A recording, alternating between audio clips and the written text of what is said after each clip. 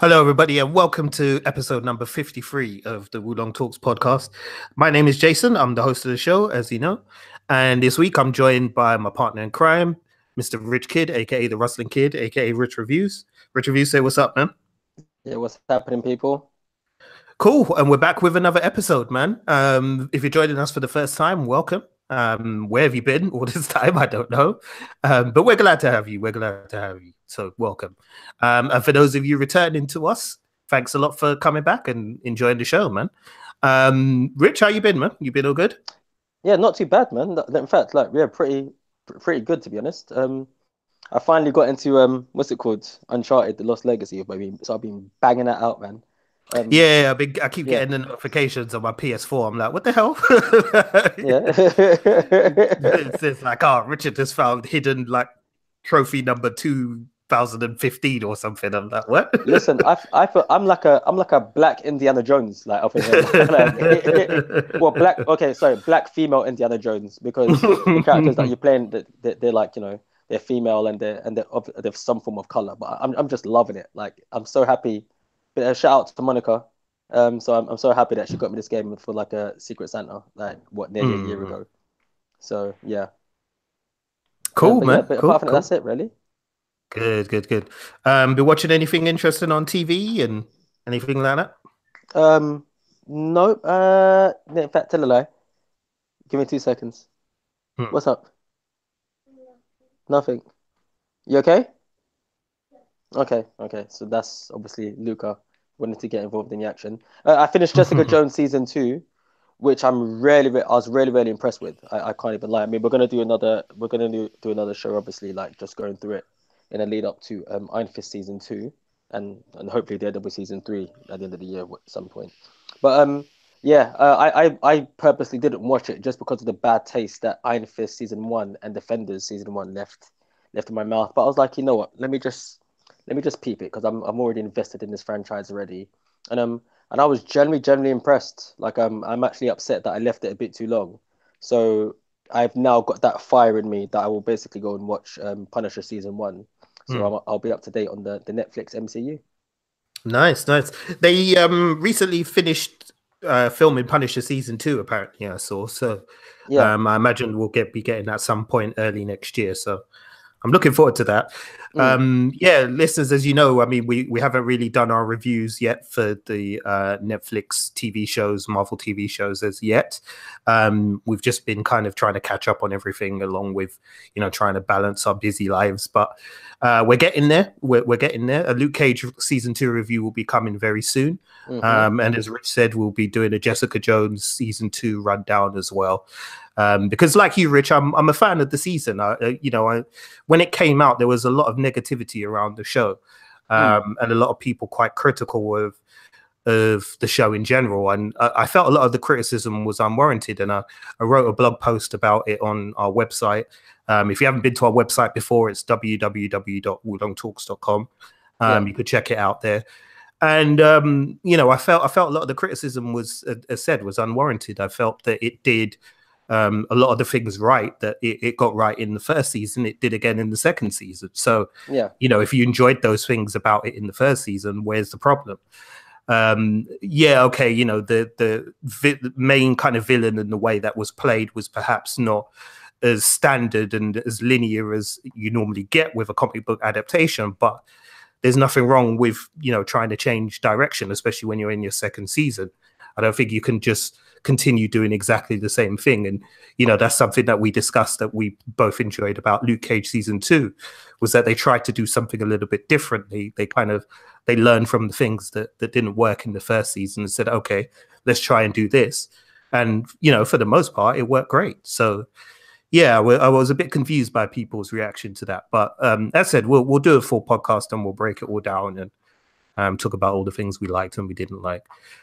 For me personally, the most kind of geeky thing I guess I've done recently is watch Ant-Man and the Wasp, which I quite enjoyed. I didn't enjoy it as much as the first movie, but as a whole, I still found it an enjoyable kind of romp, as the Ant-Man movies are turning out to be. And we did a non-spoiler review for it as well on this podcast. So if you want to have a listen to that because you haven't seen Ant-Man and the Wasp yet and you're undecided, you can take a second to check that out on our podcast. Just head to our podcast feed wherever you found this podcast recording, and it'll be listed under there as "Is It Worth a Tenner?" Ant-Man and the Wasp review. Okay, well, let's crack on, mate, shall we? Because we were having a chat, Rich and I, earlier this week, and we were kind of talking about movies and the movie business and the desire for, you know, franchises, and how the ways in which kind of franchises have changed the way that we as a cinema, you know, viewing public enjoy movies and watch movies and experience them. And we were wondering, you know, why some franchises work and why some don't, and how, you know, franchise power bases have shifted a lot because of the way fans have reacted to certain things.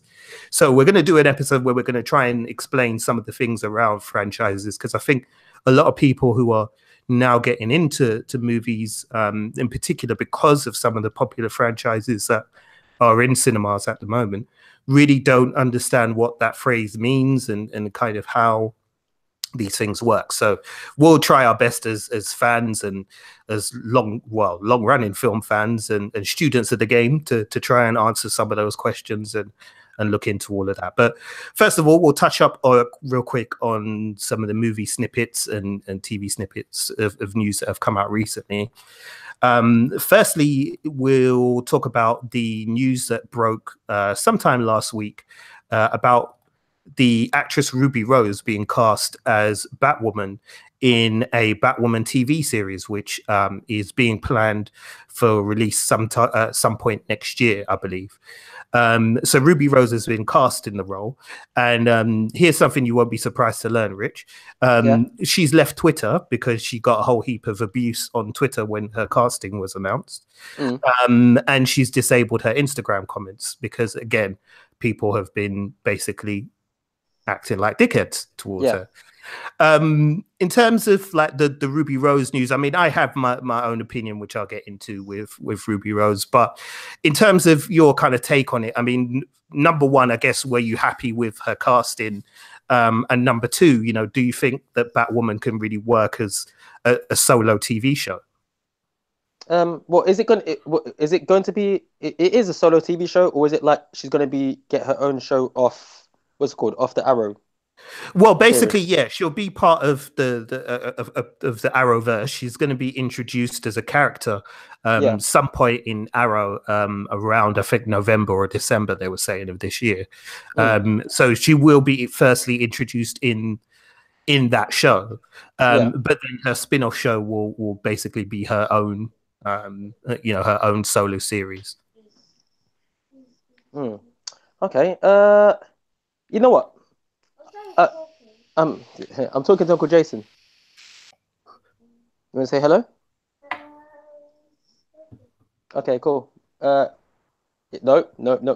Jason, give me 2 seconds. In fact, listeners and Jason, give me a second. Give that to me, Luca. Are they fun snacks? Yeah, we're going to take it away on our trip. Upstairs. Why? Because I'm talking. I'm on the phone. Sorry, dude. Upstairs, not outside. It's cold. Upstairs, not outside, please. Okay. All right. Yeah, I'm a Ruby Rose fan. I mean, don't get me wrong. I don't think she's like the best of actresses, but that wasn't her forte in the first place anyway. She was like a celebrity stroke DJ who's getting into acting now, and it is what it is. So there's that. I mean, the thing that I found really, really funny and weird about her casting is that, you know what, I'm obviously, I'm not in a position to be allowed, well, to give certain judgments, but then I will also have an opinion. So I'm not female and I'm not lesbian. So I know some people might turn around and be like, well, I'm not really allowed to have a say in who can be cast. But all the backlash that I read, at one point, did I read anything that I didn't read anybody say that, well, at least we've cast somebody who actually is lesbian to be playing a lesbian character. It was just a thing of like, oh, she's a shit actress, and that was it. It was just like, yeah, she's just a shit actress. And I just found it a bit weird that, you know, well, not weird, but once again, they're judging somebody who hasn't even done the job yet. You understand? That's the thing that pissed me off. Like, Mm. is that once again is upsetting. Like that, that people they've got the right to make somebody's life hell. They don't have to like change their normal day-to-day of living just because they're not happy with them being casted. Then you know what? Here's another thing. Every single negative review that I read, nobody gave an alternative to who could play Batwoman. Mm. Mm. Yeah, that's a fair point. I mean, like, I'm somebody who, I have to admit, when she was cast, I was a bit like, no, I don't know about that, because I kind of wanted and was hoping for somebody with a bit more acting pedigree than her to get the role. Simply because, when I think of Ruby Rose, the one thing that's never really kind of wowed me about her is her acting. I didn't think she was great in season 2 of Orange is the New Black. In a way, she kind of brought the tone down for me.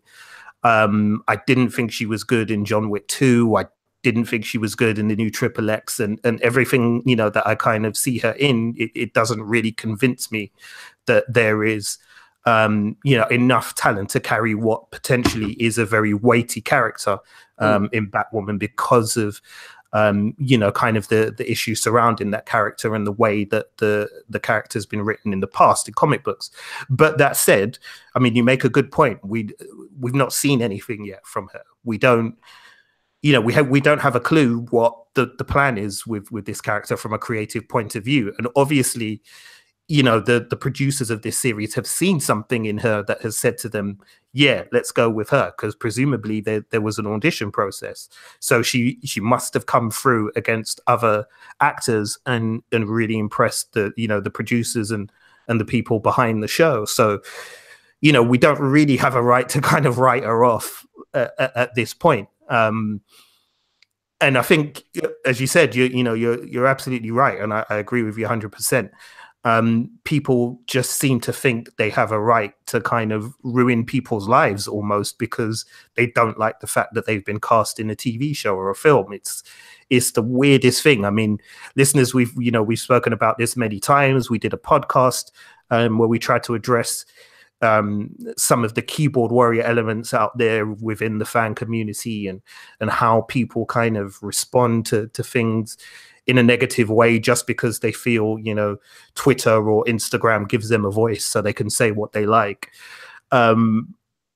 It's disappointing. It's really disappointing and sad. And I actually feel for her that she's had to go through that. But, again, as we've said many times on this podcast, this isn't the first time, and she's not the first one.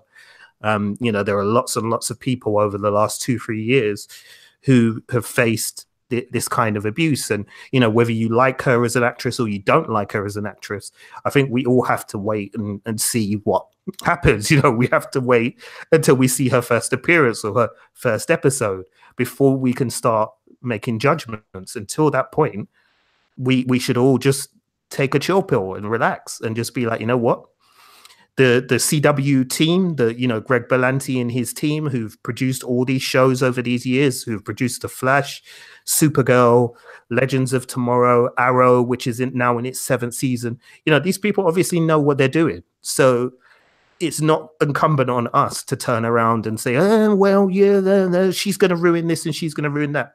We don't know. Like, none of us here are writers, our directors, our filmmakers, or anything. We're just fans.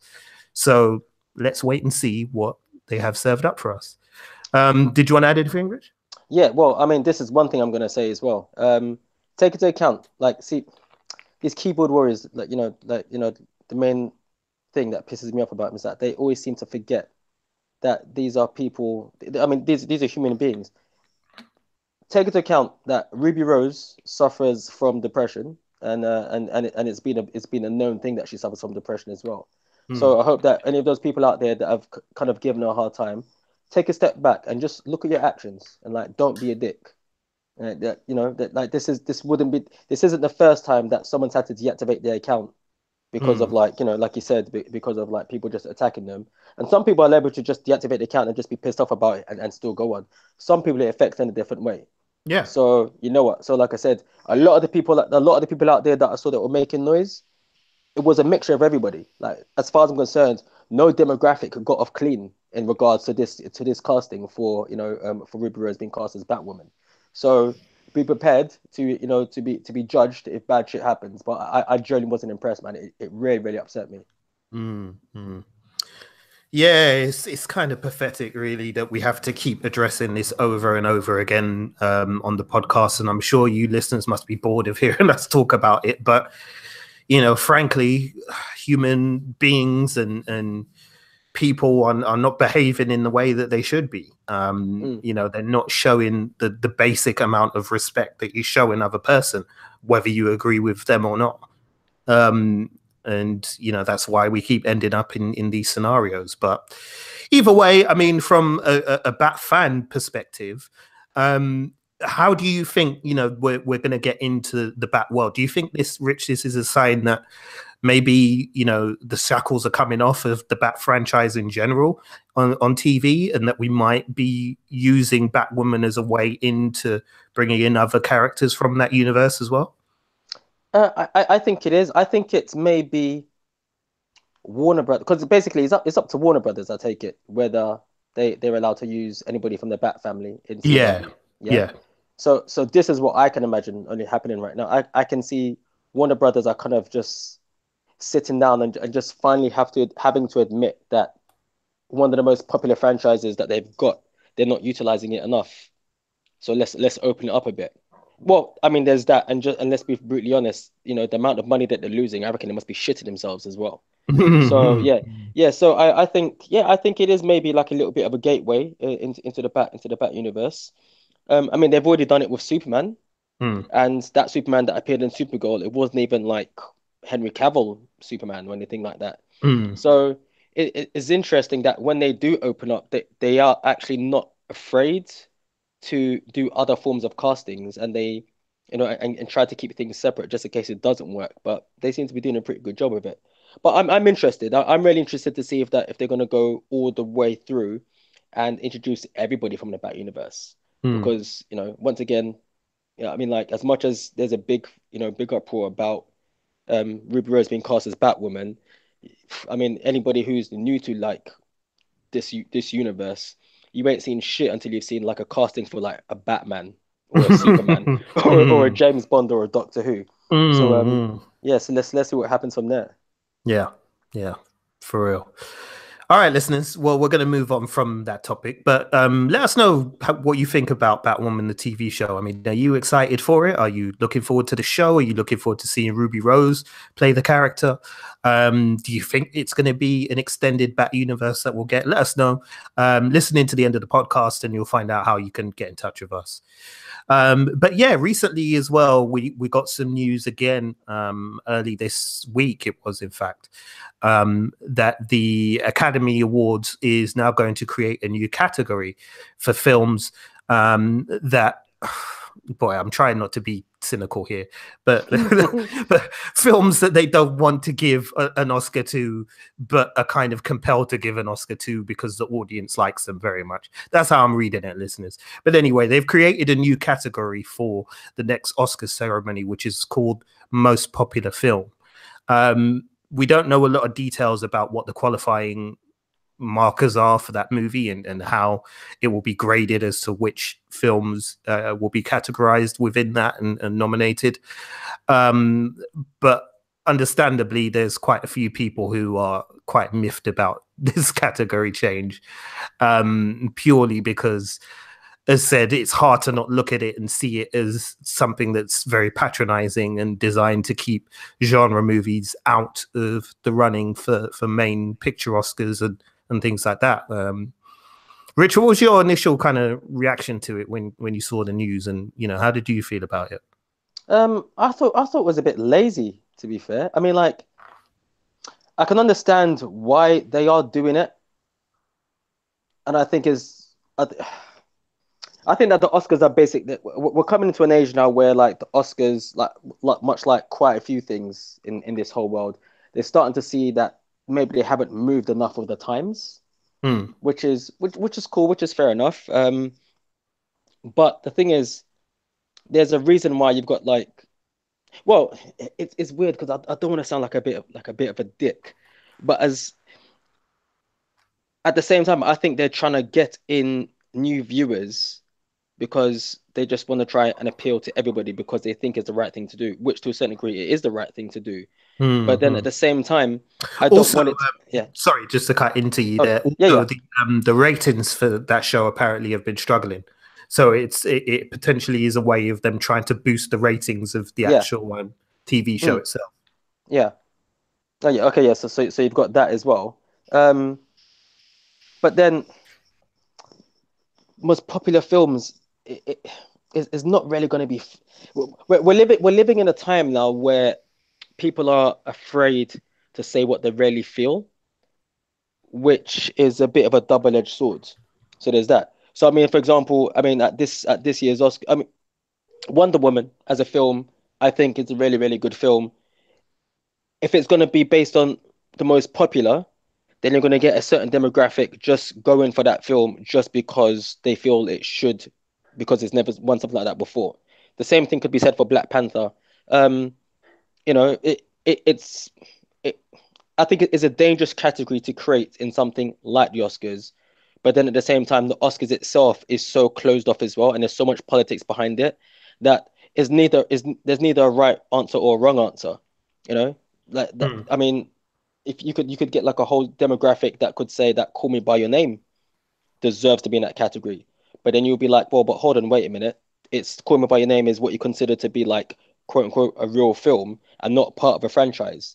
So what happens when you bring in a category like most popular film? When does it stop? When does it stop being a most popular film and start being an actual film, which is actually being done creatively, which is Mm. what all films are. You've got directors, you've got you've got screenwriters, you've got lighting, special effects, and costume designers, everything. All films have to go through this process. So who is to say that? Oh, because I don't think it was done that well, but it's really popular. We should give it an award for that. That's a bit of a piss take. Mm. So that's where I stand on that. Mm. I think it's a very dangerous category. Well, it's yeah. I mean, as said, I mean the problem that I'm having with it and how I'm feeling about it is that it's it's very patronizing. It's very kind of like, well, I suppose there's all these people, millions of people around the world that go and see X movie and go and see Transformers or Wonder Woman or all of these movies that bring in $1 billion a year. So I suppose we should do something to kind of say, yeah, we see you, but you're still not going to play with us. Like we Yeah, still have our we have our club over here. This is for all the elite films. This is for the like you said, the real films, the serious films. You guys can go and play in your sandbox, and we'll come over and check on you to see how you're doing. But the grown-ups are going to go and have a drink and have some pims, under a parasol somewhere. And that to me is what bothers me about the category, because for a long time, we've kind of felt, and I'm sure you feel the same, Rich, that genre film kind of gets snubbed a lot, by these major award shows, even though it's genre film that most people go to see in the cinema. Overwhelmingly so. I mean, that's the bottom line. Most people, when they go to the cinema to watch a movie, they're going to go and see a genre movie. They're going to go and see a quote unquote popular film. So, why can these films not be taken seriously and considered in just as much merit as something that, somebody has crafted and poured their heart and soul into and has tried to further the art of filmmaking in some way? There's nothing wrong with that type of cinema. We all enjoy it. You mentioned, Call Me by Your Name as an example. We all enjoy those movies, but why can't we have both? Why can we not enjoy each of them on their own basis and on their own merits, instead of having to have separation where, no, you go here and this one goes here and that one goes there? Like, why? It doesn't make any sense to me, especially when you consider that there are many popular movies, quote unquote, that to me are, you know, not just technical marvels in terms of, you know, the amount of technical work that's gone into bringing this movie together, but actually in terms of some of the things they do with storytelling and with character is just as good as any of the other movies that are held in such high regard. You know, and the performances, the acting performances in these movies are getting better and better all the time. The scripts are getting better. The dialogue is getting better. You know, you're getting more interesting directors working in these fields. So why can we not, you know, appreciate the fact that big movies, quote unquote, are just as artistic as some of the smaller movies that, you know, we rush to congratulate on Oscars night. So for me, I think that's what bothers me really about this category. As I said, I don't really know a lot, and I don't think the Academy have said a lot about how these movies are going to be graded and categorized, and how you're going to qualify as a popular film in that genre. But yeah, I mean, I don't have a lot of high hopes for it. It seems like a way of just sidelining certain movies, to be honest, and keeping them out the running. But yeah, you have any other thoughts, Rich? Well, the thing is, the most popular movies that are going to be put into these categories, they're the money makers. Yeah, like exactly. yeah, they're the money makers as well. So, so like I said, I mean, is it just going to be not based on? Is it going to be based on how much money a film makes? As to like, I don't know. Like, it's too much. It's too much of a vague category to put these films in. Like you said, and it just reeks of like patronism. That bad word where people, what Jason said earlier on, that word. You know what I mean? So yeah, so I don't know, but we'll see. Yeah, I suppose all we can do is wait and see, and wait until we hear some more information about the Academy and what it is they want to do. But yeah, I mean, let's move on, man, because there's not really much more we can say about that. But listeners, as I said, let us know what you think as well. I mean, you know, I've heard arguments on both sides as for and against this category. You know, I know Jason Blum, the famous horror producer, is quite in favor of it. So maybe you're in his camp and you think this is a really good idea. If so, let us know. Let us know why. We'd love to hear from you. All right. Well, we're going to move on now to the bulk of the chat today, which, as I said a little bit earlier, is kind of a bit about franchises, because myself and Richard said we're having a chat, as we usually do, over a glass of water, because we're healthy dudes. We don't do pints. Not unless we're getting Legolas deliberately anyway. But yeah, we were having a chat about kind of, you know, movies and where they're going and fan bases, and it got us into like the talk of franchises and the state of them right now and where they're going and stuff like that. And it dawned on me that a lot of people who watch these movies probably don't really know what a franchise necessarily is.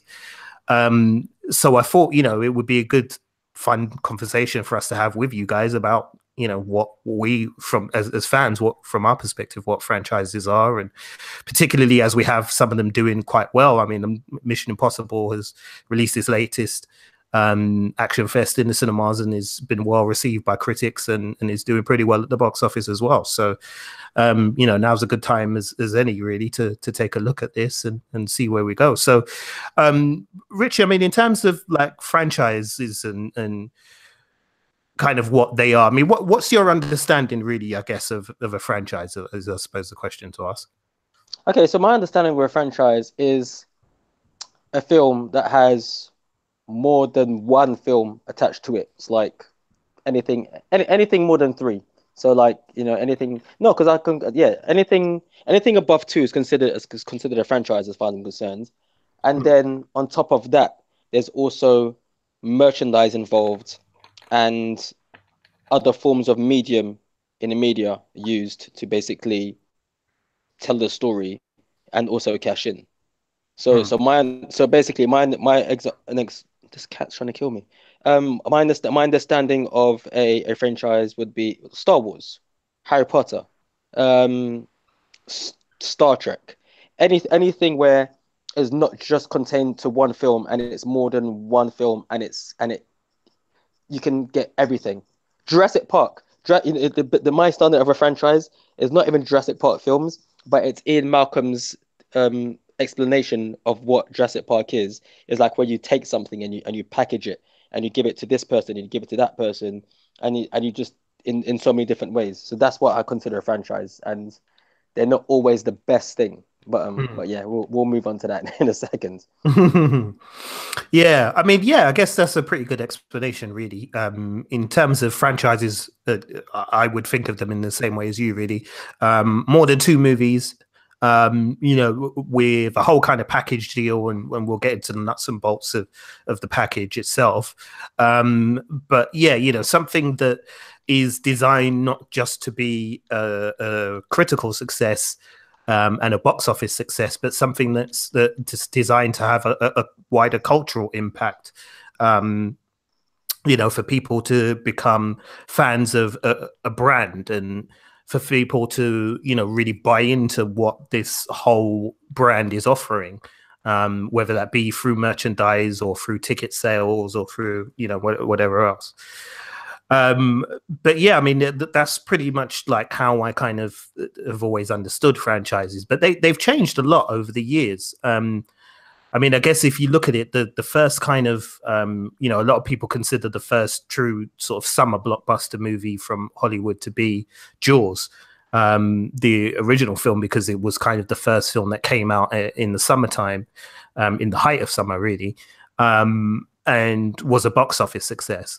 And it spawned, a number of sequels, and in a way, I guess, became its own franchise because they made a killing off of, merchandising for that movie, for T-shirts and stickers and all of that kind of stuff.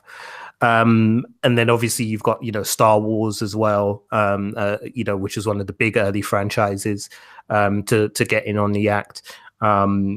Star Trek, the Star Trek movies, I mean, although they were kind of spun out from the TV show, those movies were, I guess you would consider a franchise too, one of sort of the early franchises.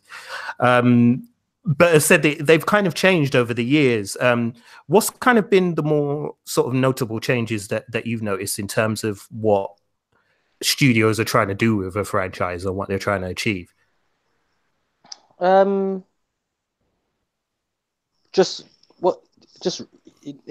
Nothing's actually really changed. If anything, the only thing that's changed for me is that they're now even bigger. Like I said, like now, like a franchise is everything now. Although in saying that, I'm just trying to think, was it just easier? Is it just easy access now? Like I think when I think of franchise, I think of like Star Wars, and I think of like Transformers, and I think of things that you could watch the cartoon, you could have the cereal, you could have the lunchbox, you could have the the underpants and the duvet and everything. And that's pretty much the same thing now anyway. I would just say that it's just done on a bigger scale now.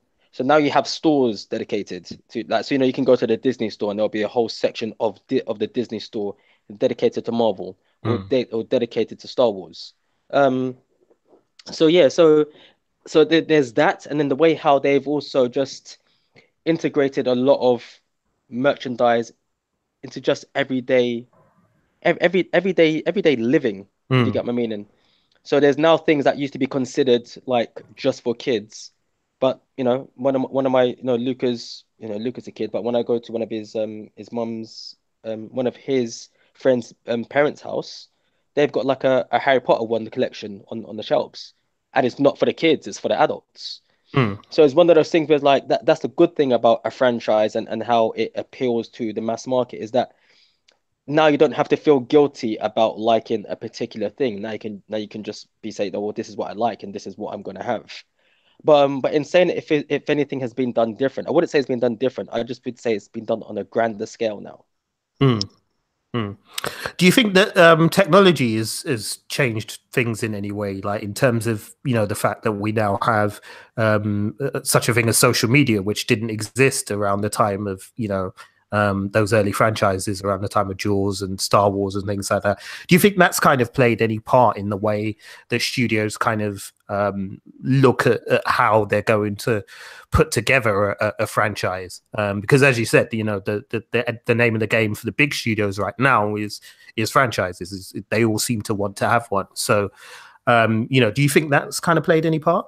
You know what? Yeah, it definitely has. Yeah, definitely. Like now, like you said, you've got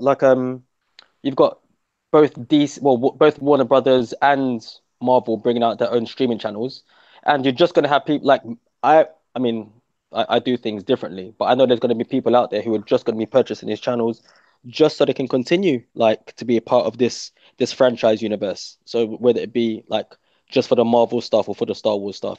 So yeah, so I think like internet has definitely played a part in how it can be moved forward.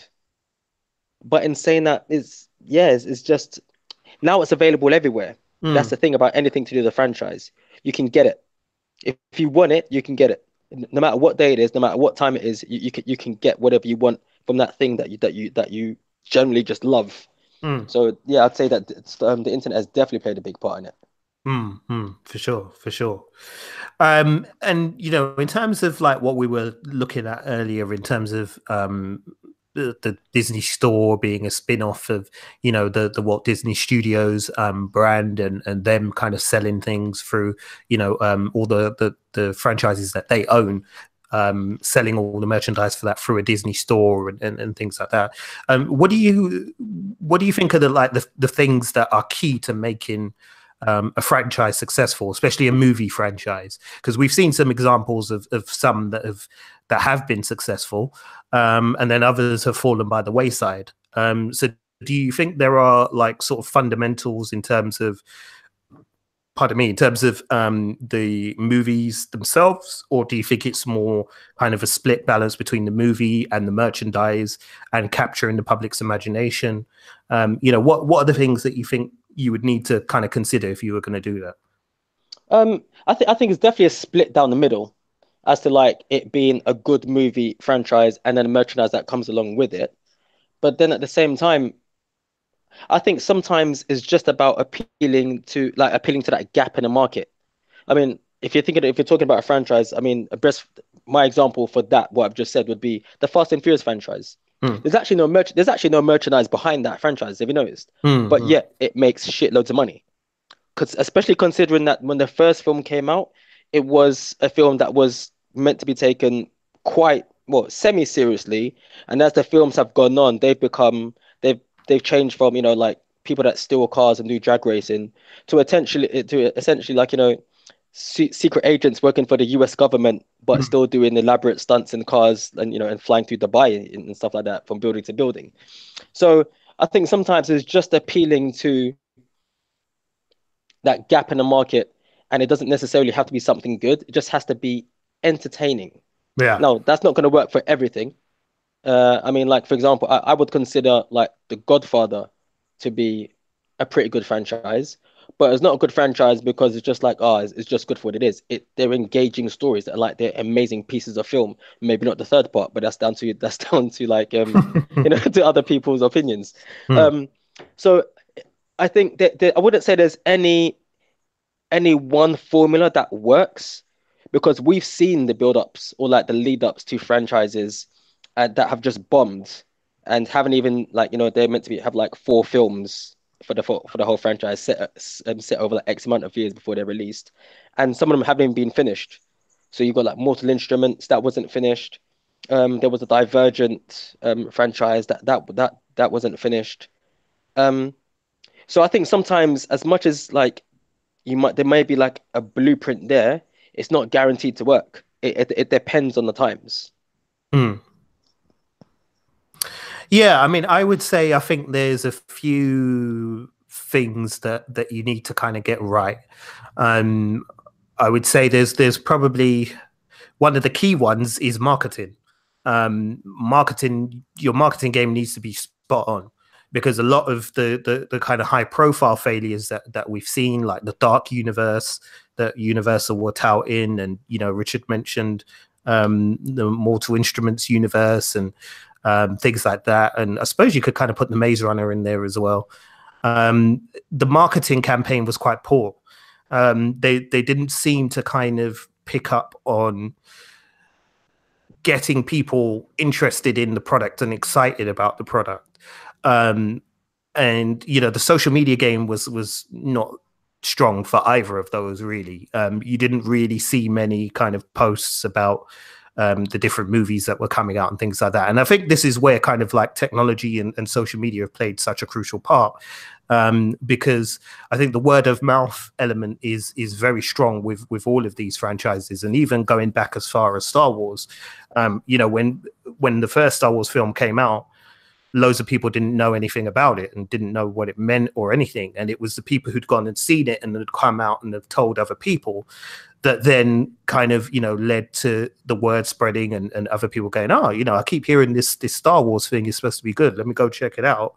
And so on and so on. And so it grew through that word of mouth. And in the social media age, I guess that's through people Instagramming, tweeting, posting on Facebook, etc.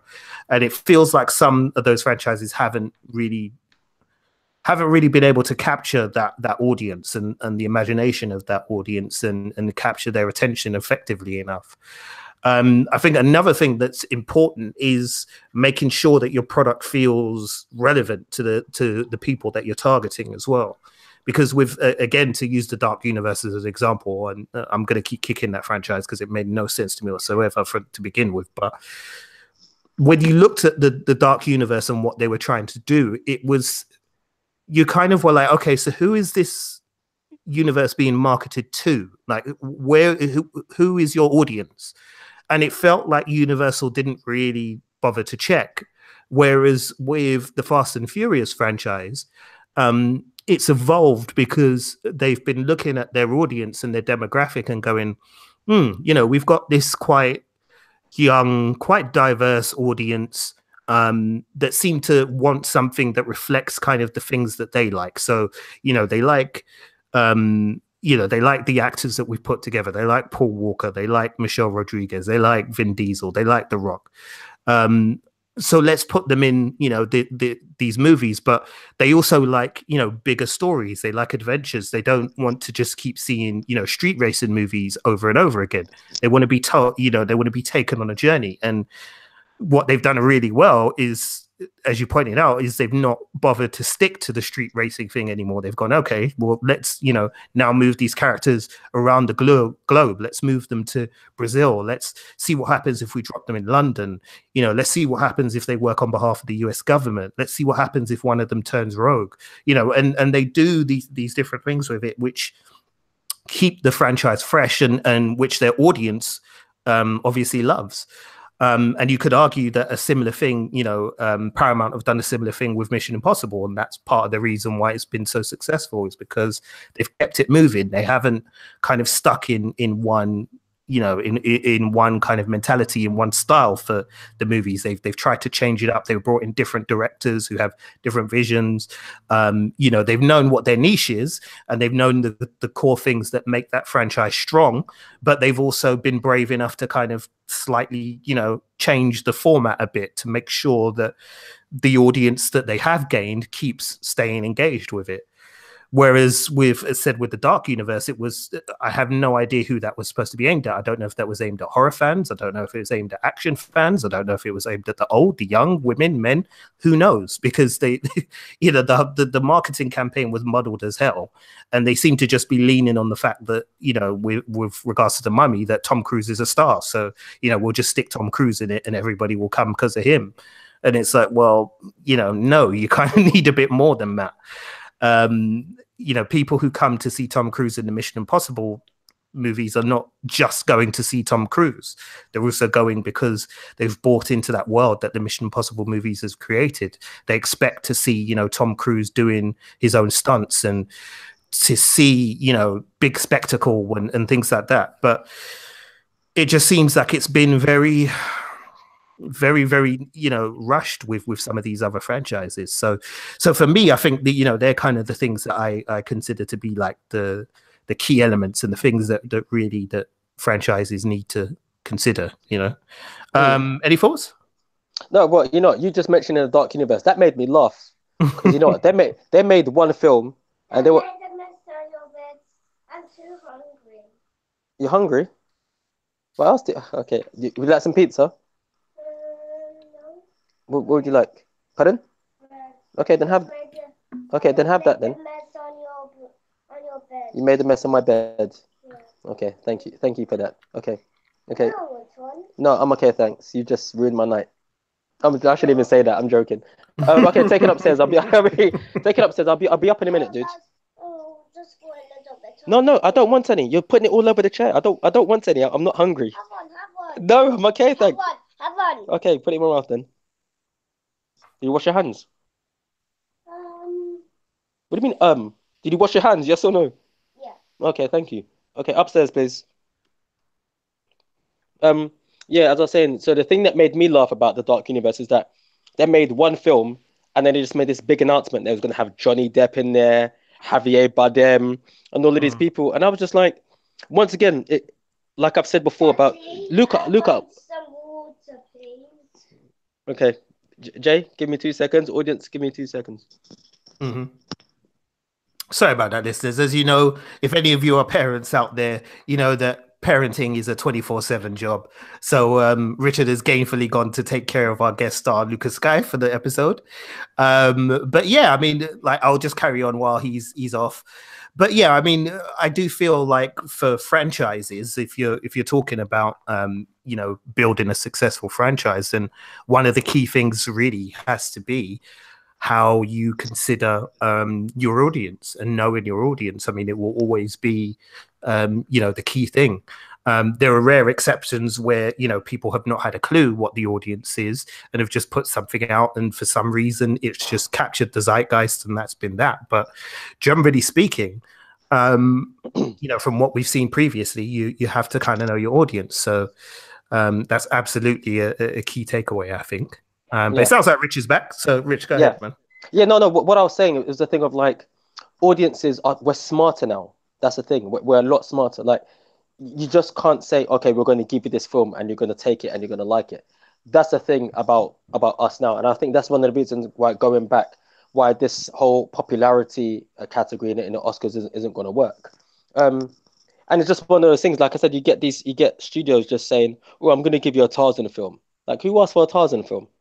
Nobody asked. Nobody asked for a Tarzan film. Nobody's asked for a Mummy film. Nobody asked for a King Arthur film from Guy Ritchie. Not to say that that we're being disrespectful because they make films. This is what you do. But this is the thing about studios now. Is like, and compared to audience, we're smarter. We would tell you what we want. Don't get me wrong. We might not always be right. Case in point would be a franchise like Star Wars.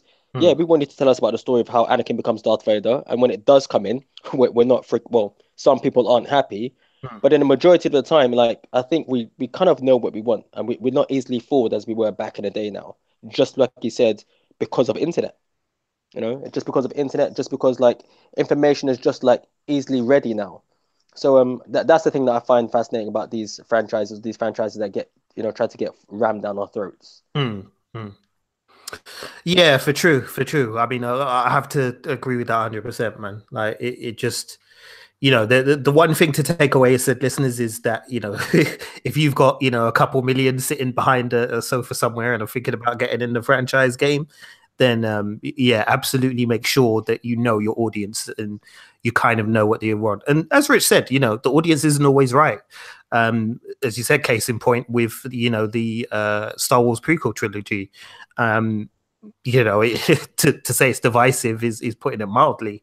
But you've got to kind of know what they want if you want to have a successful hit movie on your hands. So yeah, I would echo that said wholeheartedly.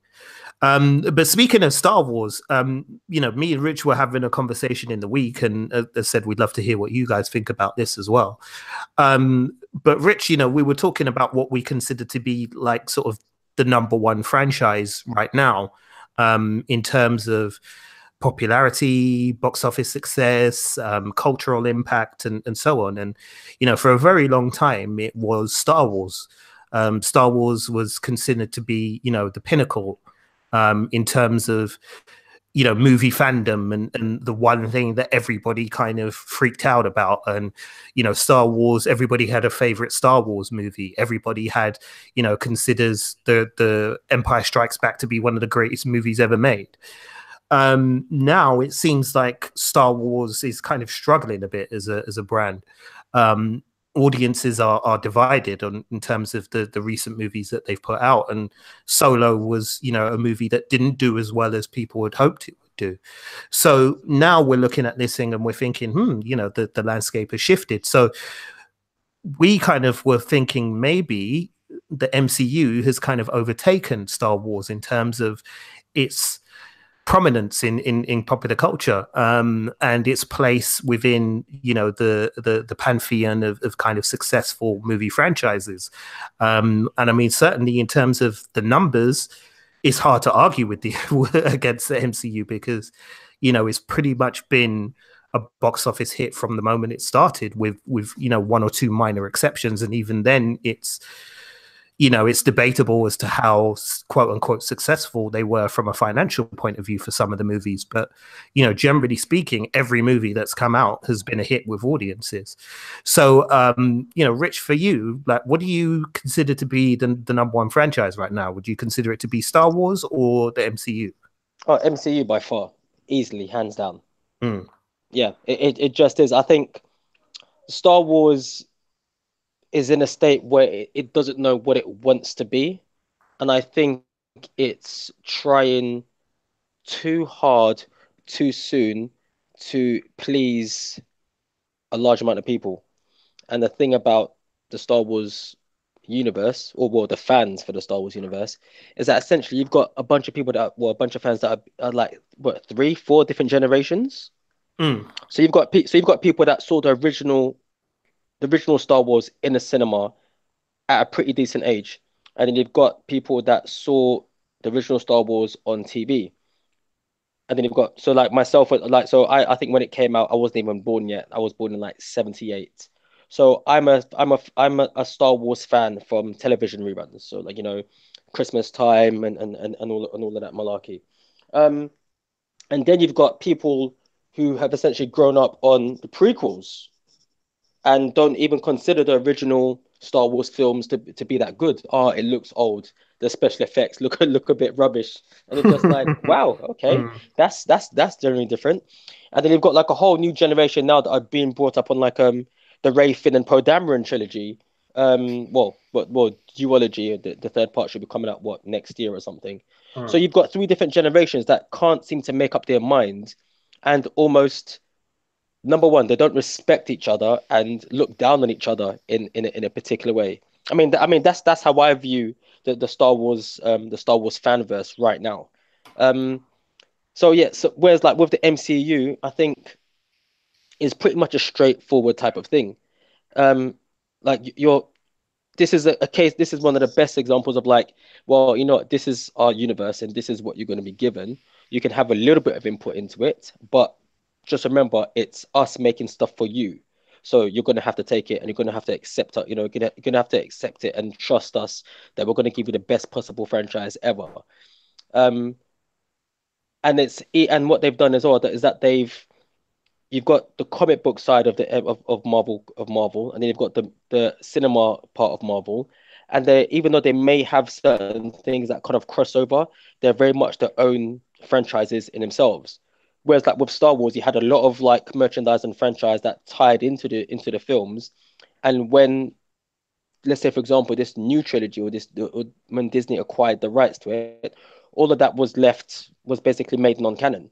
So you've got Mm. a bunch of fans now who are not happy that the amount of time and effort and money, let's not forget money, that has been invested in this universe to keep this franchise alive has now been sidelined and said, well, you know what?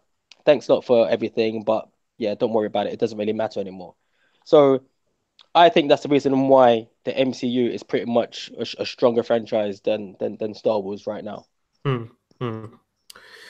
Yeah, I mean, I think I would have to agree. I think like I'm kind of at a stage at the moment where I'm almost more excited by MCU movies than I am by Star Wars movies. And I grew up loving Star Wars, but for some reason, the MCU is more.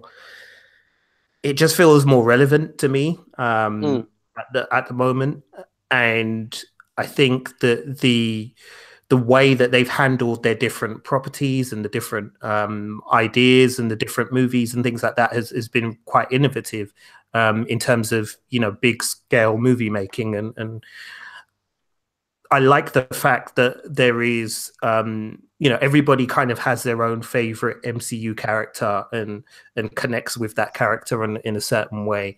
I like the fact that, but even though they like those characters, they don't, hate others with a passion. It's just kind of everybody just kind of says, oh, Captain America is my guy, or Bucky is my guy, or Falcon is my guy, or Black Widow, or Scarlet Witch, or they everybody kind of as said, kind of has their characters that they resonate with, but there doesn't. And again, I may be being a bit naive here, so if I'm wrong, please let me know. But it doesn't seem to me as if there is the kind of I like this character, and if you don't like it, fuck you.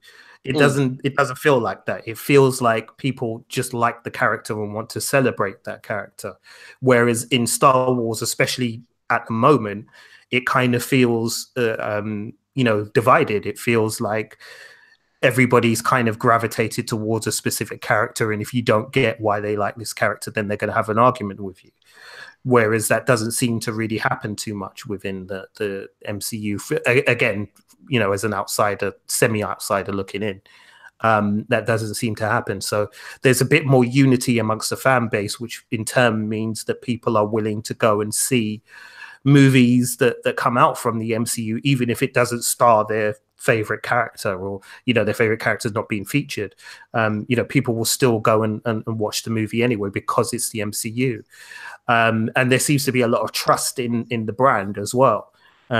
People are very trusting of Marvel Studios and what they're doing with these characters because they've largely done a really good job with them. So, whenever a new MCU movie is out, people are willing to give it a go because it's, as said, there is that trust within the brand at the moment, which I think is quite interesting. So, yeah, I would probably have to agree. I think the MCU is flying high right now. But Star Wars, there's still a lot of plans for Star Wars going forward. There's, we're hearing about live action TV shows that will be coming soon. Disney has its streaming service, its video on demand streaming service that it plans to launch in the USA next year. So it's obviously going to need content for that. So it seems like there's different, kind of things that they've got in the pipeline for it. So we'll have to see kind of how, Star Wars can recapture some of that loyalty from the fan base, I guess is the word I'm looking for, and see how they kind of go about doing that. But yeah, I would agree. I think the MCU is a one of running things right now, man. Did you want to add anything else before we wrap it up with the franchises? No, I think that's pretty much it. Like, yeah, MCU just can't. It's 10 years going strong. And if you think about it, well, all good things come to an end, and I think probably from next year, that's when we're going to see how strong the franchise is. Because every franchise that generally does seem to do well for itself, after a certain amount of time, it does kind of peak. Like it's happened with Star Wars, it's happened with Star Trek. Harry Potter, I wouldn't put that in the same category as like a franchise that peaked because it was pretty much a set time period. You had books 1 to 7, and after 7, it's done. Everything else that comes afterwards is going to be something completely brand new. Whereas like with some of these other franchises, it's almost like they're basically saying, well, you know what, there's not going to be any form of end to it. So that's a scary thing. So we'll see next year how the MCU will fare, especially with the whole James Gunn being removed as a director for Guardians of the Galaxy as well. But hopefully they continue bringing out good stuff and they keep everyone happy, including myself and you and everyone else out there. Yeah, man, for sure. All right. Before we go, Rich, Yeah. before we go, I mean, we're not done yet, listeners. We still got some good stuff to get to, but I guess before we move on from the franchise chat, um, what would you like to see as a movie franchise? Is there something out there that like a property out there in, amongst books or comics or maybe the video game world, something where you feel like there's the potential there to capture an audience in the way that some of these other franchises have that we've talked about. Do you see any gaps in the franchise market where you think, yeah, you know what, this thing would work perfectly? Is there anything out there that you've seen? Can it be something that already exists, or like does it? Well, I I was mean, thinking more things that don't exist, so things that haven't really had an opportunity to get out there yet. So as I said, books is kind of rife for that. There's lots of franchises that have been attempted through books. So I don't know if there's a particular book series that you can think of that you like, or as I said, if there's a comic book character maybe that hasn't really had any representation on the screen or elsewhere. So as I said, something that you think kind of could possibly connect with a wider audience in a way. I mean, I read a franchise by an author called Wesley Chu called The Lives of Tao, and it's basically about a bunch of aliens that have been living on Earth for for millions of years. And basically, what happens is that each alien is kind of like in order to survive on the planet Earth, it needs to have a host. And what it is, but each host has, in one way or another, well, the main characters in one way or another have always been taken apart in human history. So, for example, you find out that Hitler had a host, and basically there's two alien factions. You've got the good ones, and you've got the bad ones. Some of the religious aspects that we now have in modern society now, they basically were created by these aliens basically doing amazing things with certain hosts and how they were writing human history. So I think that would be a pretty good franchise because it'd be a nice touch of sci-fi, but also weaved into like stuff that we already know. Mm. So I mean, like it'd be something similar to say like the reason why some of the entries for Assassin's Creed is really good. So you basically got this character who is completely made up, but the settings and the surroundings around the character are true to life. And so it's something that you can feel a little bit more attached to. So with the Mm. last Assassin's Creed, like I think you're in Egypt, and apparently I think they said that they actually went to Egypt and they did map scans. So like when you're running around in Assassin's Creed, you're essentially running around in a certain map that comes from real Egypt. And I thought that was amazing. That's beautiful. And then you're able to go and see certain like monuments that really do exist now that you can either, if you worst case possible scenario, see on the internet, or if you're lucky enough to travel, go up and go and travel and go and see it.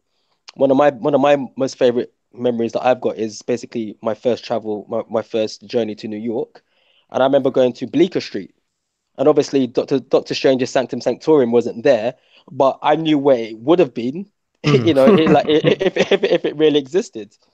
So I think that franchise by Wesley Chu would be really good because it'd be quite educational as well, which I think is something that's really, really missing from film right now. I don't feel that we get taught enough sometimes in films that get put out there. We're prepared to like invest in a lot of, I wouldn't say nonsense, but a lot of made up things. But you know what? Educate us at the same time. Keep us entertained and educated. Take a bit of a manifesto from the BBC. Although I hate paying TV license. So I think that would be a good franchise. Mm. I'm trying to think of another franchise that'd be pretty decent or pretty good. You think of one, and I'll see if I can think of one while you're talking as well. Okay. I was thinking of a book series that I really loved. I started reading it as in my late teens and early 20s, and I still can't believe we've never had like a movie adaptation of any kind. But one that I really love is the Gemmell books by David Gemmell called the Draenei Tales, which is kind of set in a universe that's a bit like a bit like the Lord of the Rings, I guess, in the sense that it's a sword and sorcery kind of fantasy world. But what Gemmell did was he took a lot of cues from the real world around him. So he used a lot of different cultures and societies from around the globe and just included them in his stories, but gave them like a kind of sword and sorcery spin, basically. And he used it as a way to I guess give a little bit more authenticity to the universe, but also to address certain issues within different societies and the way in which characters are represented and the way in which people have roles within our society and things like that. And I quite like it because I'm a sucker for, for sword and sorcery and fantasy and things like that. I love all of that. But so it gives you the opportunity to do that. But there's so many books in that series that you can potentially spin off in loads of different directions.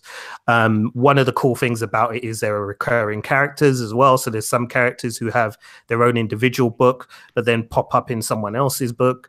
There's kind of there's like sorcery. There's a group of like people who are able to see into the future. They're like seers, and they can almost see into different dimensions. And there's a certain part in the book where it hints at in one of his books that it hints that his world kind of runs parallel to our world and to the real world, and that these seers are able to see it and don't understand the context of it. And it never really kind of got fleshed out or explored too much, but I love that idea as well. So for me, yeah, I love that kind of book series because I think it really has a lot of grounding. It's got a lot of diverse characters in it as well, so it ticks that box too. And yeah, it's just like a really fun series that I think audiences will really connect with. So for me, the Draenei Tales is what I'd love to see on a movie screen, I guess, and as a movie franchise too. You got your second one? No, that's it. I'm out. I'm all burnt out. Fair enough. Well, we'll draw a line under it anyway. We've talked a lot about franchises. So yeah, we'll move on. But listeners have said, we do want your impact and your feedback with regards to franchises and how you see them going and things that you'd love to see as a franchise as well. So let us know what you think. Again, listen along to the end of the podcast and you'll find out how to get in touch with us. All right. Well, as it's been a little while, we decided that we were going to bring back the question of the week, and we're going to try and keep this consistent because I keep saying I'm going to do it and then we don't do it, and yeah, it all becomes a bit of a mess. So I do apologize, listeners. That is on me. I'm usually in charge of that, and I need to kind of stay consistent with it. But we managed to get a question of the week out on social media last week, and we got some really good responses to it this week, and it's been a lot of fun. So first off, if you're listening and you contributed, thank you very much for doing so. Definitely, you're awesome and you rock, and big up your chest and all of that. So we're going to go through some of the answers that we got. So we will start off with our Instagram page. So first of all, to say that the question of the week is something that will always go out on social media. So obviously, if you want to engage with the question of the week, you're going to have to be following us on social media. So make sure you do that. As said, listen to the end of the podcast. You'll find out how to do that. But we'll start off with our Instagram. So we got quite a lot of responses here. First of all, we got a response from Serendipity. She said that the first... Oh, sorry. I didn't even introduce the question, did I? So that's a bit stupid. So the question of the week this week, guys, was basically, what was the first memory you had of something scary that you saw on TV or on film? So it could be a TV show that you watched for the first time as a youngster and it freaked you out. It could be a movie that you saw for the first time and that scared you. So either one of those things, basically, what it was that made you shit your pants, or your Pampers, maybe in the case if you were young. But yeah, that's what we were kind of looking at, really.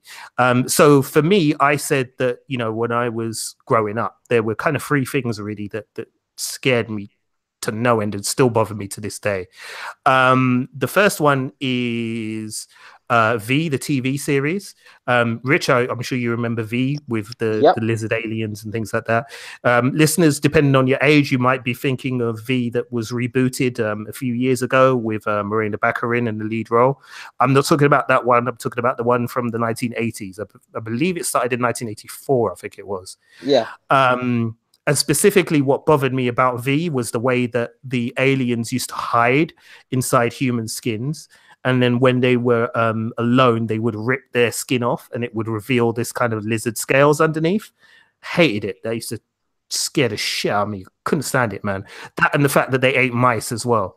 Oh, Yeah. that killed me, man. And the eyes. It was the eyes. Remember the eyes? Yes, and the eyes. Yeah. The eyes as well were oh, yeah, that was too much, man. That was too much for a young kid to take. So V was definitely the first one. Second one was John Carpenter's Thing. I've talked about that before. But John Carpenter's Thing, you know, to this day, I said, still freaks me out. Still kind of gives me goosebumps. It's a phenomenal piece of cinema, but I really shouldn't have seen it at the age that I saw it at, because I think I was about 9 or 10. And yeah, that really wasn't appropriate for me to be watching that. And the last one, this one's going to make you laugh, Rich. The last one is the Incredible Hulk TV series. Yeah, listen, standard. I used to hate that. I liked the show and I enjoyed it, but I hated when Banner turned into the Hulk. Hated it. Yeah. Hated it. Because it sounded like he was in pain, because because his body was contorting and things like that. And body horror is something that really like kind of bothers me in general. Like body horror movies, I really have a hard time with them because I hate seeing kind of people writhing in pain and things like that. It just really kind of gets me on a primal level. So yeah, like the Incredible Hulk TV show, as said, as much as I loved it, like I used to kind of watch it with, you know, behind your hands, but you keep your fingers open so you could kind of still half see. That's what I used to do when I was watching it, because I didn't want to miss anything like when the Hulk was on screen, because he was badass. But yeah, the transformation scene, I bloody hated that, man. Rich, how about you, man? What was the things that kind of shook you up first as a kid? Well, I mean, the Thing for definite. I can actually tell you what scene it was. Well, I'm a big John Carpenter fan anyway. But the Thing, the bit where it's autopsy happening after one of the members has fallen down, and it's just this whole sequence of them just battling this alien. So you've got one bit where somebody's arms get bitten off when he's trying to use a defibrillator to bring him back to life, and then you see the resilience of this thing. And that's the scary thing about it, because in order to survive, it detaches the head from the body and changes into a spider and basically tries to run away. And this is probably the best response I've ever heard in any film ever. They basically burn this body alive, and the head decapitates itself and gets the spider legs, and it tries to crawl off. And one of the guys just looks at it and goes, "You've got to be fucking kidding me." That's perfect. That's perfect. Like yourself, Incredible Hulk used to scare me as well, and it wasn't anything to do with body horror. It was just a thing of that I thought he was just gonna come and kill me, like simple as that, man. But then one which I have to admit, like for some reason, this is how you know that certain memories basically stay with you and have long lasting effects. But Michael Jackson's Thriller, not the bit where he changes into the werewolf, but the bit when he changes into a zombie. The zombie dance. Yeah. And you know what it is? And it's one of those things where I've sat down and I've always asked myself, like, how come I'm scared of it still, but only one of the scary things in that video scares me? And I think it's because they make it very, very apparent that when he's changing into the werewolf at the beginning, it's Michael Jackson playing a character. And it's in the cinema, and it's the whole thing of like it's not really real, and something that you're watching which isn't real. Whereas like the bit when he changes into the zombie, and then at the end where he basically turns around to the camera and his eyes turn yellow, is that whole thing of like, holy shit, like it is real. Like there's no, I mean that shows you how well of a video it was, you know, to be made, that it made you invest in it so much. So you've got a video and a video, and you're not scared of the video and the video because you know it's not real. And then basically at the end of the video that you're watching, you're so invested in it that when Michael Jackson turns around, you are like, yeah, you're the devil incarnate, and I'm scared shit of you. And it still scares me now to this day. I actually can't watch the Thriller video, and I'm a grown ass man. So yeah, so it's definitely left a lasting effect on me. Cool. Fair enough. Well, funnily enough, you're not alone on Thriller, but we'll get to that. So, as I said, these are some of you listeners who've given us your responses. So we'll start off with Serendipity on Instagram. She said E.T. And she actually gave a little bit of background. She said, "I cried so hard when he was in the bag that my mum took me out of the room and I refused to go back in. I didn't learn that he survived the movie for years. Had no idea why people loved that movie." Yeah, the ET, it's kind of distressing, that scene. It is, so I can understand that, because I think I remember crying at the end of ET. No, not at the end, when he was dying on the table. That's when I cried. Yeah, when he was dying on the table, I cried a bit. I think ET left a lot of confused kids out there who saw it, because again, Spielberg is he's just a bastard. Like, he doesn't care about your kids. You need to learn that, parents, from now. He don't care. Like, he'll lull you into a false sense of security. He'll tell you, yeah, don't worry, this is fine. It's a kiddies movie. And then he'll pull off some horrible, strange shit. And you're just like, what? I thought this was supposed to be for kids. Like, why is the hero dying? What's going on? Like, so yeah, E.T. completely understandable. Shout out to Orlando Alley from the Orlando Alley Show. He said Strangers. Gergerov from Instagram also said Nightmare on Elm Street. Shout out to J Dreams. He said The Terminator. Mr. O said Thriller as well, Rich. He also said that his family used to use Thriller to get him to do things. So, for example, they would tell him to go get a drink for somebody. He would say, no, he don't want to. And they'd just say the word Thriller and he'd go and do it. I tell you, families are fuckery, you know. Shout out to O Central, who said Nightmare on Elm Street. Taylor Made Zimbabwean said It. Midwich Cuckoo said Thriller, Salem's Lot, and Melting Nazis in Raiders of the Lost Ark. Yeah, that's a good one. Raiders of the Lost again. Spielberg again, bro. This guy's a bastard, you know. Shout out to Zach Kadri. He said The Fog and also The Omen. Insomniac's Cafe said Child's Play. Jabmaster J said Shivers. Oh, wow. Okay. Yeah, proper classic. Parker.Hugh said The Exorcist. And Just in Time Podcast said Event Horizon. Listen, some of you lot had a fucked up childhood, you know, if these were the movies you were watching. Yo, your childhood was a mess. Anyway, so that was our Instagram comment. So thank you very much to all the Instagrammers who got involved. Rich, do you want to grab the Facebook ones for me? Yeah, of course. Alrighty. Okay, so shout out to everyone who's obviously, like, you know, got back to us with these answers. First off, I've got Andy Bleak, Doctor Who, Day of the Daleks, which is like, wow, okay, classic episode. That's pretty old school. He also said It and Pet Cemetery.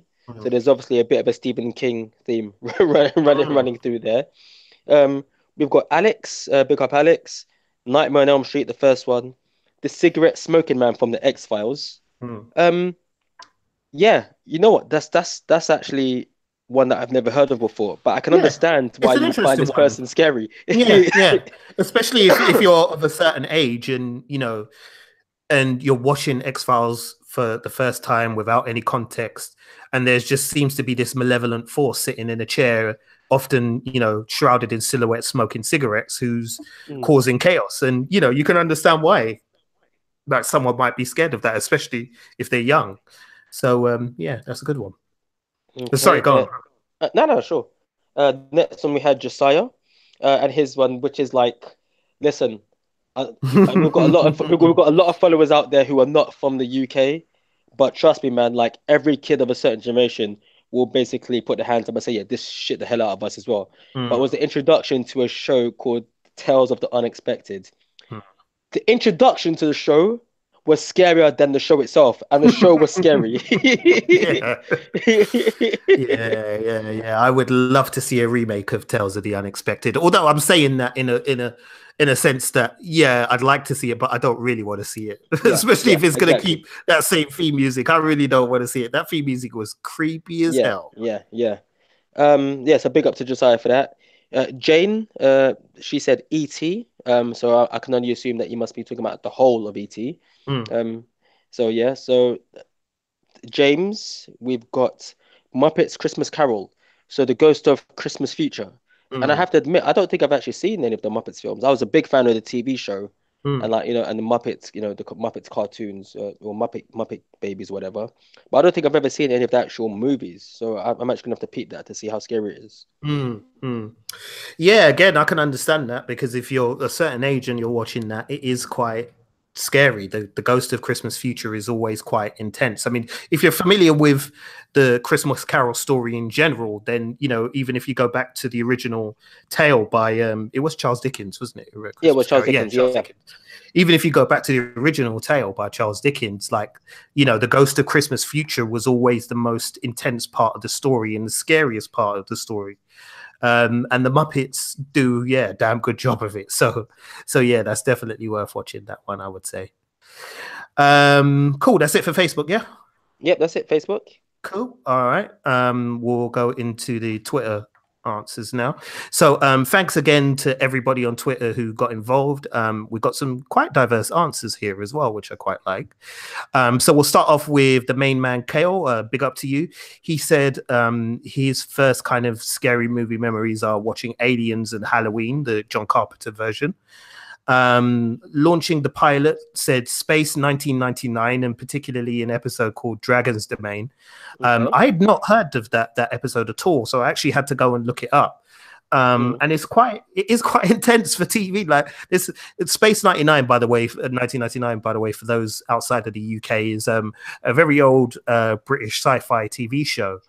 And yeah, it's kind of intense, man. Like the BBC and that, they never used to hold back in the day. Like yeah. they didn't play. And yeah, this was quite an intense episode. So yeah, that was a good shout. TV in Space said Nightmare on Elm Street, the first one. Jed, a big shout out to Jed. He said Chucky, the TV show, Wow, used to scare that him. is old. Do you remember that show, Yeah. Jay? Yeah, I do. Yeah. Listen, that was scary. That was scary, Yeah. bro. It was not an easy watch, Chucky, at all. So yeah, and he also said the theme song from Tales of the Unexpected, and we also spoke about the episode that freaks me out the most. It's the one that always sticks in my head from when I think of Tales of the Unexpected. The episode Royal Jelly. Remember the one, Rich, where it's about the bee people? And they're trying to kind of increase their population, and bees kind of live in their mouths and things like that. As soon as they open their mouths, like bees come flying out and will sting people to death. Yeah, that was some nasty shit, man. Like that was crazy. So yeah, I mean, again, if you're not familiar with Tales of the Unexpected, listeners, and you want something to make your skin crawl, go and watch that show, man. I'm telling you. Shout out to Stacey's Parlor. She said E.T. as well. So again, Spielberg is messing with people's heads here. And Terminator 2, in particular, the nuke scene, where remember the dream sequence where Sarah Connor is watching the kids and then the nuclear explosion goes off. Yeah. And Sarah Connor gets, like, her skin kind of gets melted away from her, and there's just a skeleton holding onto the wire link fence. Stacey said she was quite young when she first saw that, and it really freaked her out. And I think that effect is so intense as well, and it's so brilliantly done. Because we spoke about this on Twitter as well, and we were saying how the effects in general in Terminator 2 are just superb. Like they still hold up to this day, and that scene in particular is an example of just how well James Cameron and his team worked on that movie. So yeah, definitely I can understand that one. Release the Clowns, they came up with two really good ones. They came up with Night of the Hunter and Cape Fear, as in the original Cape Fear, both of which starring Robert Mitchum, who was, a fantastic actor and just brilliant in both of those movies because he's just so freaking intense. Especially in Night of the Hunter, I remember he has love and hate tattooed on each of his hands, and just brilliant, man, absolutely brilliant. Michael Wong Gifts, which is my new favorite Twitter account because they do nothing but gifs of Michael Wong, and I love it. Said Aliens or Return to Oz, which I thought was an interesting one because Return to Oz is like, Yeah, it's unnecessarily dark as well, which is what we were saying on Twitter. It's just Although, why?